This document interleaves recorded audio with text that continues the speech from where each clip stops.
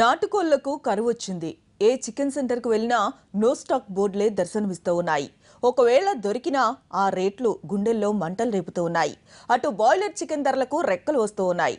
చూసినా నోరు చప్పరించడం తప్ప తినే పరిస్థితులు లేవని అంటున్నారు జనం. కరీంనగర్లో జిల్లాల్లో ఈ పరిస్థితి ఎందుకు వచ్చింది? నాటుకోళ్లు ఎందుకు ప్రియంగా మారిపోయాయి?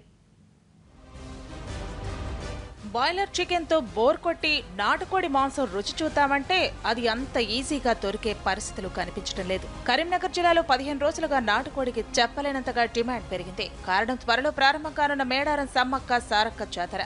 ఉత్సవం ప్రారంభానికి సమయం ఉన్నా ఇప్పటి నుంచే మేడారానికి భక్తులు క్యూ కడుతున్నారు.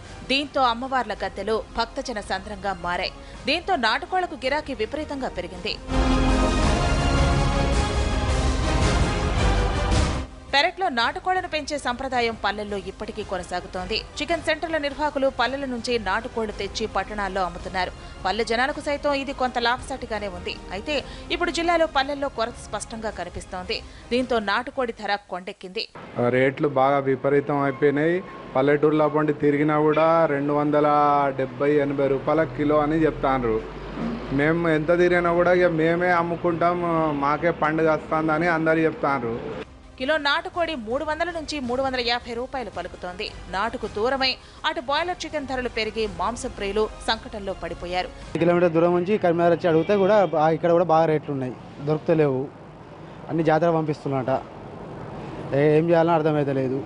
ఇటు బాయిలర్ కోళ్లకు సైతం డిమాండ్ పెరిగి వాటి ధరలు పైకి ఎగబాగుతున్నాయి.